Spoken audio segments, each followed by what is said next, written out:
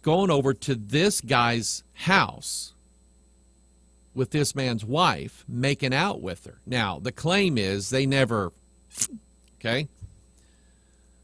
But, I mean, they were everything but that.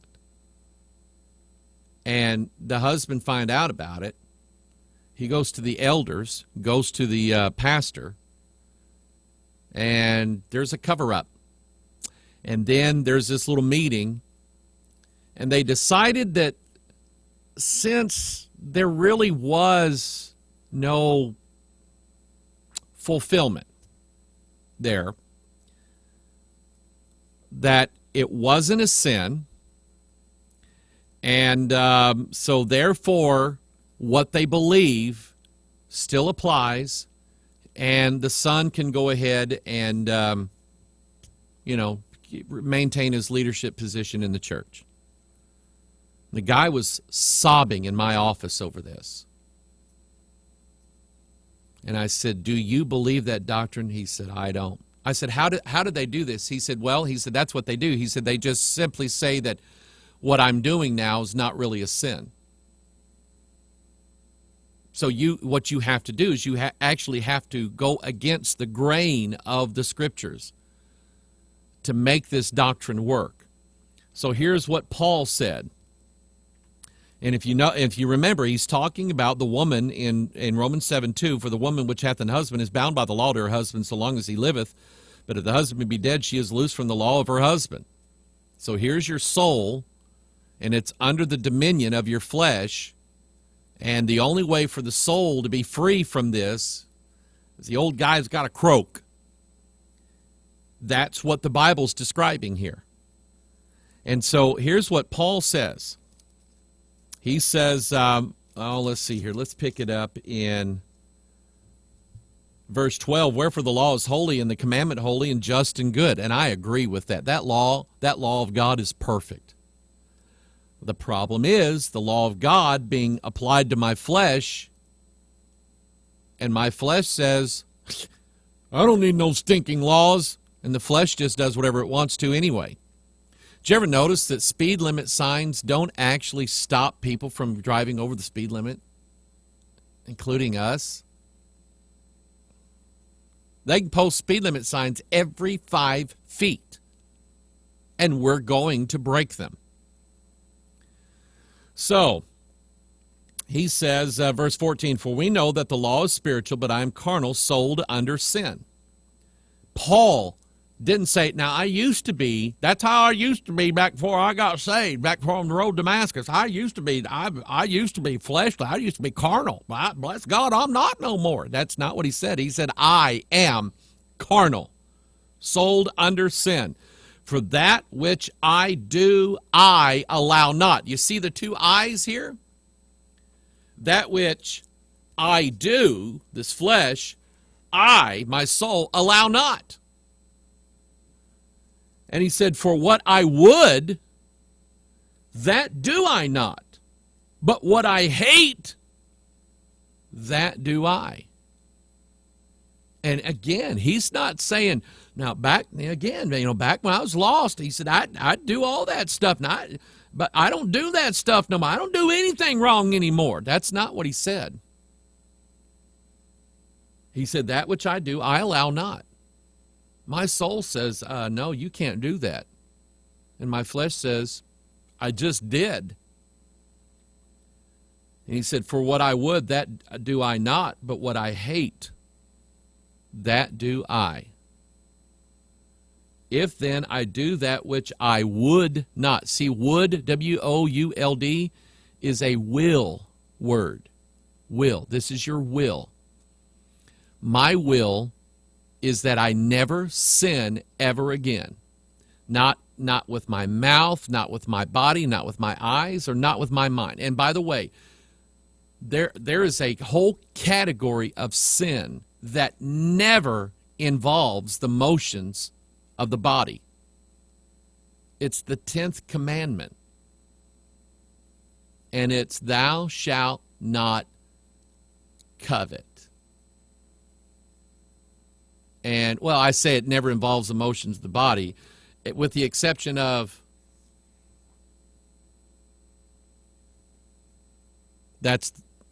That's the motion. Because the eyes see something and we go. Now, not always a woman or a man.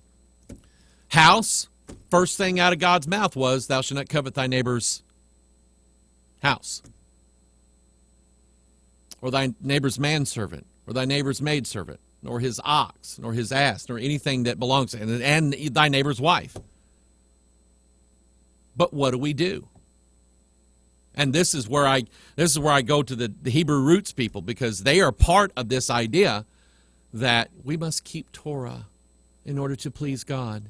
Really? So while you're having a Passover Seder, or however you say it, you're keeping Torah because you're following these fake rules for Passover, which are not in the Bible. And while you're there, you just happen to notice the gal at the other end of the table. Thou shalt not covet. So here, you just wrap your head around this. Here you are keeping one law and breaking another simultaneously. But you say that you're pleasing God better than I am. I don't think you are. And if you think you are, then really, I'm not the one that has the problem. That would be you. That would be all on you today. But the idea of sinless perfection is not in the Bible when it is trying to be imposed upon your flesh. So that's what Paul said. Verse 16, if then I do that which I would not, that's my will. Here's what I was going to say. Where is it there in 1 John? For if we sin willingly. Let me look that up. I want to read that verse. That's a good verse. Let's see here. Willingly. And my computer's doing so much right now, it's going to take about 6, 7. There it is, right there. The word willingly. Let's see here. Willingly. For this, okay, if we sin willingly. I don't see it. Why don't I see it? For if we sin, willfully. That's the wrong word, Hoggard, you idiot. See, don't ask me to get everything right all the time. Willfully. That'd be another 10 seconds. We'll find this verse. And it's not the software's fault. It's my computer is actually running PowerPoint. It's running this software, and I can't find the word. But if we sin willfully, the Bible says there remaineth no more sacrifice for sins. Which then some people take that and say, you see, if you sin after you get saved, you're going to lose your salvation. You're not going, and you can't get saved anymore. See, that's what it says. No. Willfully. My will, now that I have this new nature in me, my will is I never want to do that stuff again. Never. Never want to look at somebody else's house or their car or their tools or their electronics or anything else. Never want to do that again. But my flesh is going to. And there's a lot of times when my soul cannot stop my flesh. Can't do it. So he said, if then I do that which I would not, I consent unto the law that it is good. In other words, my soul is saying, the law of God's good. It's good. I wish I could keep it. So verse 17, now then, it is no more I that do it, but sin that dwelleth in me. And that goes back to Psalm 36. The wicked saith within my heart, I can do this, and I'm like this, and I'm bad and evil, and I got fangs, and I eat carnal things. So then he said in verse 18, for I know that in me, that is in my flesh, dwelleth no good thing. For to will is present with me. See the word will? For to will is present with me. I presently, right now, don't want to sin anymore. But how to perform that which is good, I find not. For the good that I would do, I do not, but the evil which I would not, that I do. Now, if I do that I would not, it is no more I that do it, but sin that dwelleth in me. I find then a law that when I would do good, evil is present with me. For I delight in the law of God after the inward man. Not the outer one. The inward one. If I have any delight in myself, it is what my inner soul desires, and the communion that I have with God through Jesus Christ and His Word. But to talk about and boast about the works of my flesh, I don't even want to go there. Oh, wretched man. Paul said, the old wretched man that I used to be. That's how I used to do that. I don't do that stuff no more.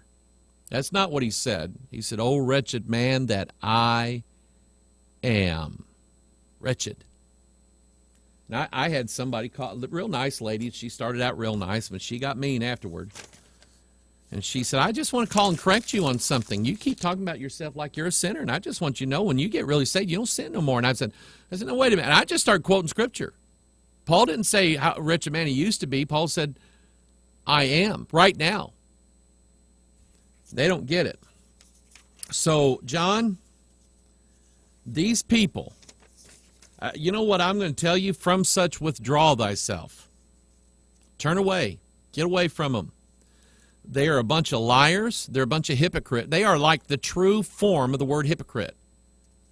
Okay? They say one thing and teach one thing and yet do something that is completely opposite of it. That is, they say that they don't sin.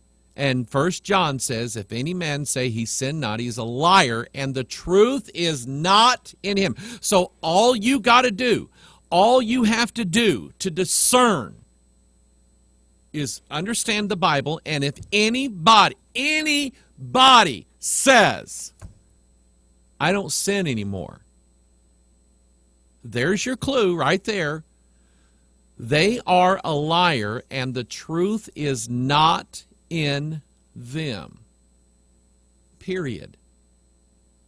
From such turn away, because they're dangerous.